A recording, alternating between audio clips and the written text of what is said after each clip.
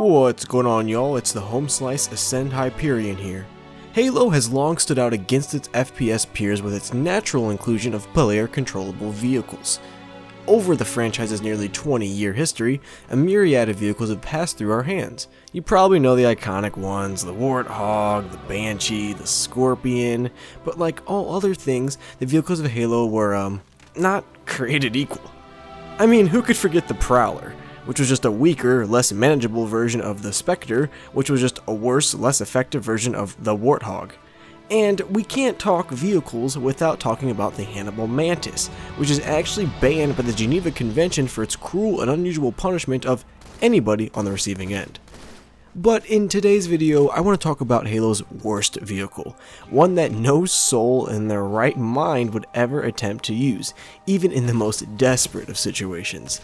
Today, we're talking about the Gungoose. An old idea, full of potential, but sadly only realized to a fraction of its planned glory. We're going to detail what went wrong with this tiny would-be death machine and see if a little elbow grease can make the Gungoose shine in a new light.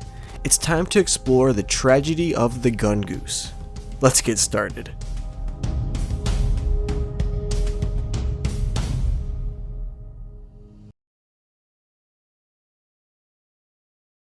Many of you might recall the introduction of the Mongoose in Halo 3, a small, swifter than some, unarmed ATV for you and a butt buddy. The Goose became a quick classic in custom games. Some of Halo 3's most key custom games, such as Frogger and Halo's World, relied on the Goose and its gimmick for maximum fun for all. But the story of the Mongoose didn't actually start in Halo 3. Very difficult time with some of those. It would have taken a long time for us to tune the engine physics to make it work right. Oh man, this is the Mongoose. The ATV. Yeah, I got cut. We had weapons on the front of it initially. We tried no weapons. The designers couldn't figure out how to integrate it into gameplay. It didn't work in conjunction with vehicles like the Warthog or the Ghost. This broke the model too much.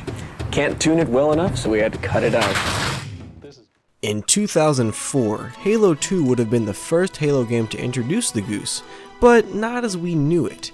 As you just heard, the Goose was intended to have guns mounted on it, but the designers struggled to properly mesh it into the sandbox.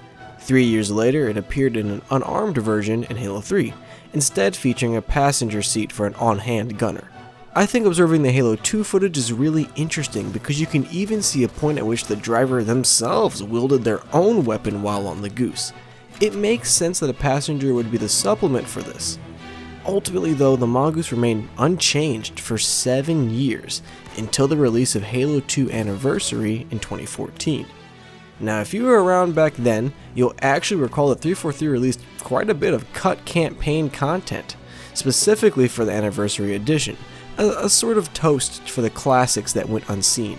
One key product was the introduction of the Gungoose, a Mongoose variant that still allowed a passenger but now featured 2 front-mounted turrets.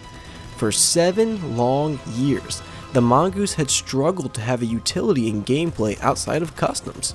For 7 long years, it was left abandoned on the side of bases, overturned on maps, and destroyed for fun by your random Unsalted Lion 7, without even being touched.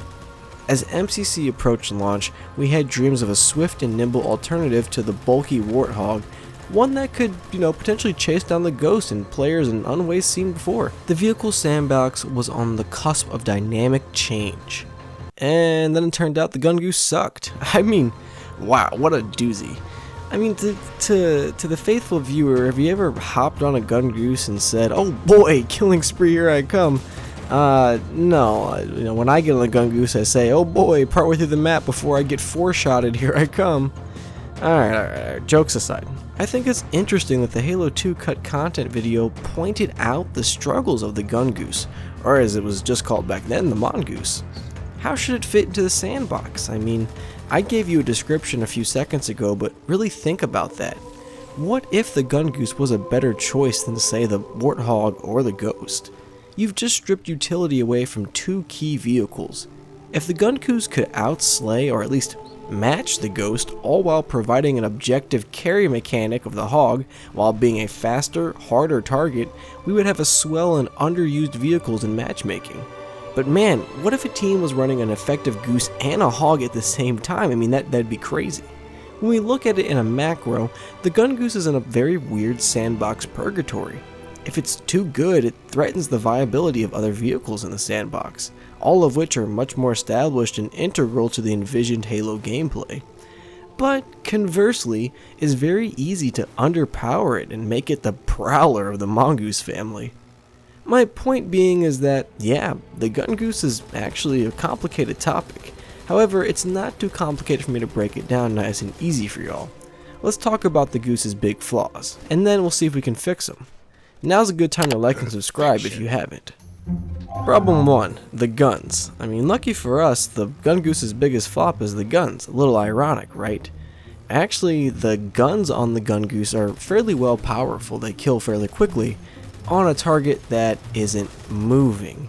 Well, part of the problem with the Gungoose is that you can only really fire in a straight line. You have a small margin of aiming left and right, but the radius is not very wide, and when you're chasing down a moving target, you feel like you're basically only shooting in a straight line. You have to hit a couple consecutive shots to do any real damage and then potentially take down a target. And you have fall off and spread at range on top of that. So thanks to that combination of a low radius and the fall off of the damage and the spread over distance, using the Gungoose guns is actually really difficult, and on any semi-competent player, you're gonna have a real hard time actually taking them down. It's a similar problem with the Ghost, but the Ghost is more maneuverable. It doesn't have to turn all the way around to readjust itself. Alright, so problem 2, the Goose. In reality, the Gungoose is hardly any different from the Mongoose. I mean, it has all the same traits and drawbacks. The biggest issue being how exposed the driver is. In Reach, the Goose was bulked up a little bit, which helped conceal the player some, but unfortunately the scaling in H2A leaves the player very exposed, and when someone is lasering you with a god tier H2A battle rifle, I mean, you're pretty much out of luck. This is a curious condition, because when you think about it, the Ghost, a comparable vehicle, offers huge amounts of protection for the driver comparatively. As it stands, the Gungoose really doesn't deliver on the whole gun part, and beyond that, it offers no real advantage over a normal Goose. And there's our key word, advantage. The Gungoose currently lacks anything that gives it an edge. Even when compared to the regular old Mongoose, it doesn't stand out. Let's see if we can change that though. Now, in 2015, 343 redesigned the Gungoose to feature 2 grenade launchers rather than auto turrets in the Halo 5 version. I feel like the grenade launcher isn't as satisfying as a turret. It's slower and less constantly engaging for the player. But while we're here in Halo 5, we should borrow one more thing, the Oni Gungoose's ability to have the passenger throw infinite grenades. I know when you say it out loud it sounds a little OP, but in a sandbox like H2A's, the passenger would still be pretty exposed, and those infinite grenades probably wouldn't be as infinite as you think. They would be a useful and interesting change in dynamic though, and an additional advantage over the Mongoose. Our other big issue is driver visibility. I think this could be corrected by giving the Gungoose some larger and stronger front cover, similar to the Ghost. Now in this way, you could really encourage the drivers to charge down players, adding a stare down mechanic while making the obvious shoot from the side option still viable. This change overall is really simple, but helps bolster the Gungoose without turning it into a roaming death turret on the map. All in all, the Gungoose is still a wildly interesting vehicle concept for me. I think in some ways, when it was introduced in H2A, it was very much for the sake of celebrating the cut design, rather than perfecting it. Halo 5 made an attempt at fitting it more into the sandbox, but the changes sort of take away from the original vision. Nonetheless, as I'm sure you've noticed, the ideal Gungoose seems to exist somewhere between the 2 versions. A fast and nimble small vehicle armed with a moderately stronger gun, better aiming radius, and just a bit more armor could provide a shake-up to gameplay without rewriting it entirely. But it's after all this feedback and suggestion that I want to talk about the word tragedy, the tragedy of the Gungoose. Despite all my suggestions, I still feel compelled to return to the 2004 video. The Gungoose still risks displacing other vehicles in the sandbox. I mean, the base example being the Mongoose itself, which in a world with a competent Gungoose has no real use at all.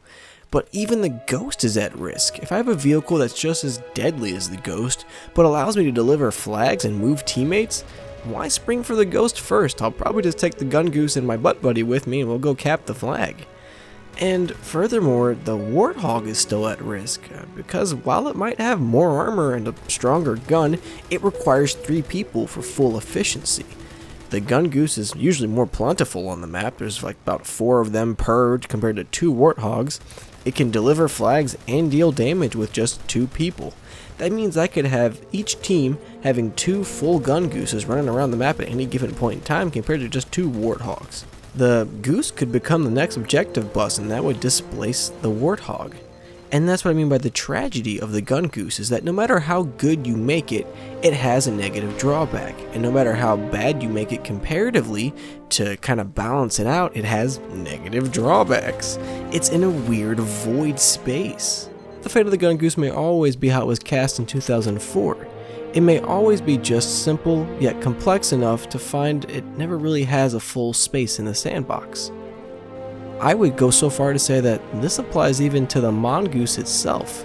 The Mongoose, I think, struggles to have any real place in the sandbox. Why would I want a vehicle where I'm completely exposed, basically, with no real advantage to me other than traveling a little faster than normal?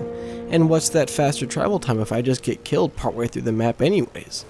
Something to consider when thinking about the sandbox design of vehicles is that while some might be stronger and weaker than others, where's the cutoff for allowance?